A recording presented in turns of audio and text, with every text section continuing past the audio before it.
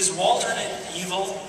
Do you think of him as evil? Do you have to, when you play him, do you have to play him as enigmatic because you're not sure how evil he will be or not? No, it's interesting, Ken. It's not an issue at all in the sense that having to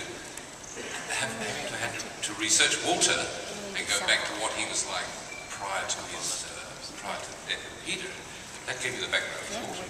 So actually, I know the background for Walter already. I just had he made, as the showrunner said, he made different choices, was confronted with different choices, and he became a different version of the same one. But it was really quite easy because I knew, I don't know if you remember that episode, Peter, where we went back and the death scene, and that was the basis for it. So really, just choices, and that's been an ongoing theme with Fringe. Season 1, the showrunners have said, what would happen if the choices, we've done so many demonstrations really of that, and that's one of the ongoing themes, and in fact it's why we've got 2 universes, which we were so excited about, what happens if we'd done that instead of that? And thank you, that's it. Well, you're not getting off that easily. Belle's final words to Walter are that Walter asked for his memories to be moved, quote, because of what you were becoming. What do you think that means? Well, to start with, I can't necessarily take it as an absolute truth at this point. It's been written, it's been played, and it was a magnificent scene to finish the series off for Leonard Nimoy to finish his career on. I don't know, I just thought we were so privileged to be part of it. What did he mean? I don't know. I really don't know, and I'm not ducking the question, Ken.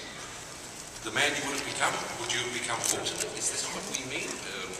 Would you have become some sort of a power monger, power corrupts, and absolute power corrupts, absolutely. Whether that was Belle's perception of it. I mean, Belle's not God. He doesn't get it all right all the time. But it was a pretty powerful thing to say to Walter. And I think, I think Belle was also validating himself for doing it, saying, yeah, well, I only did it for your own good. You're better off without that. Yeah, that's a brand. I don't trust that Belle.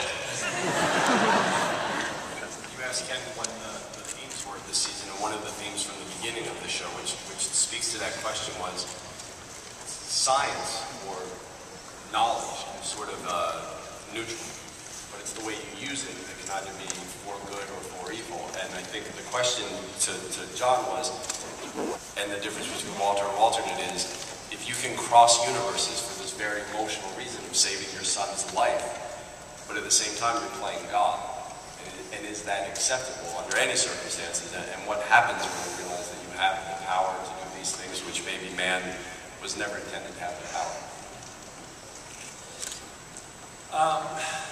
Mr. Reddick,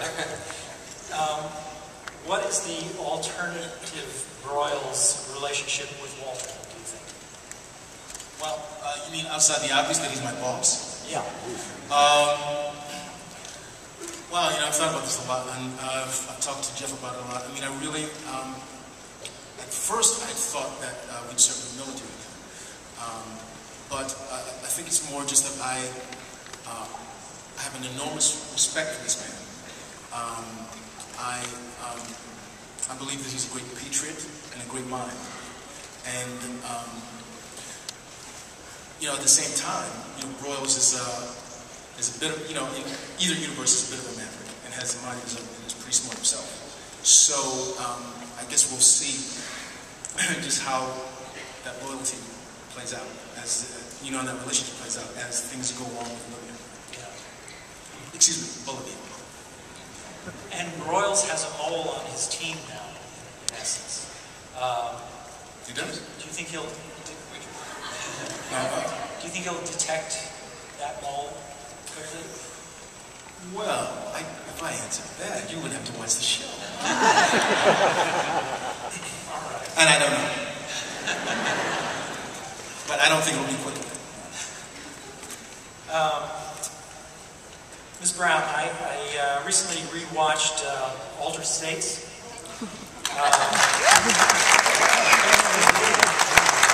Which J.J. Abrams has, specifically cited as one of the inspirations for Fringe. I've forgotten how many nude scenes you have in that. It's very enjoyable. Now I don't do them. They're somebody else's job. It's my job, sir. Do you know anything about the alternate Nina, the other Nina? I've already started calling her Nina Sharper. Sure.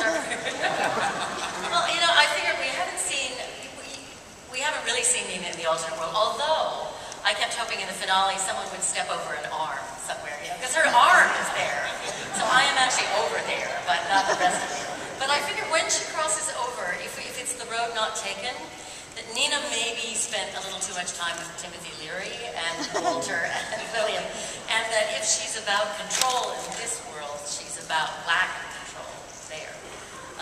And then perhaps, you know, she moves in altered states of consciousness rather than in the controlling consciousness of this world. Oh, that's really interesting, because I hadn't thought about it. Nina would be much looser and out of control. Or she could be a light beam, you know, she could be a light beam that travels in the cosmos. Right. She has that. I think you have a couple of the key sort of moments that are kind of dangling in the air from this past season. One is your kiss with Broyles. Yes, and our love child, Astrid.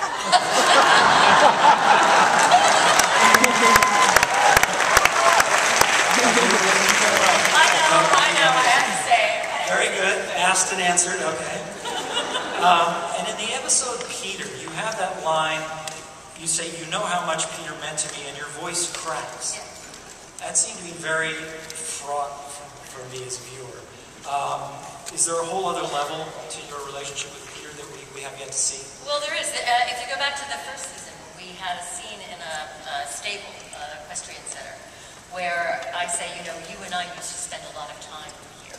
So there is a whole history that Peter and I have that is yet to be disclosed. But we have 2, 3, 4 more years to deal with that. So we've got time.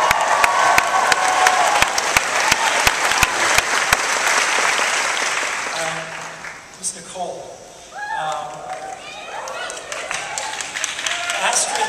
Astrid's doppelganger is very different from the Astrid we know. How do you envision that new character? And speaking of vision, your eyes look really different in that scene. Like, were you wearing? They were like sparkly. I will never tell my secret. Alternate Astrid secret, rather. I think the character of Astrid is really interesting in the context of these two universes, because I don't think she necessarily took a different road. I think that she's so fundamentally different that she took the same road and the outcome is just kind of unbelievable. And Astrid doesn't have the emotional communication in the alternate universe that she does in this one, which is very interesting because she's so close to Walter Bishop and they've developed this incredible relationship together. But this alternate Astrid doesn't quite have the capability to do that. And so she's kind of a loner. You know, they describe her as a looker in the finale. And what she does is she sits in front of screens with floating data, and she's able to make quick decisions based on logic rather than based on how she feels about it, which is really interesting. She's kind of a little bit like a machine in a certain way. And what is interesting personally for me is that my sister is autistic and is not like the alternate Astrid, but definitely when I started to read these scripts, I thought, oh my gosh, there are some really interesting things I can do with this character. I'm not an expert on autism at all, but I have a very personal connection to it. And so I thought, oh wow, there's a whole world of possibilities to make these two people so incredibly different, you know, than more than just what's on the page. So in the first part of the season 3, you get to see more of the alternative Astrid and see how vastly different the two women are. And I think a lot of us would like to see more of the kind of personal life or inner workings of Astrid on this side of the world. Will we do that? Well, I got to see where she lives the other day, and that was so cool. I walked in and I said, "This is Astrid's apartment?" Whoa, and it looks really neat, and it's interesting. It's tiny little things like that that give you a little bit more insight into who she is, because I really don't have a lot of background for her. I just know how she interacts with people individually. and that's been enough for me. But now I know what color her walls are. So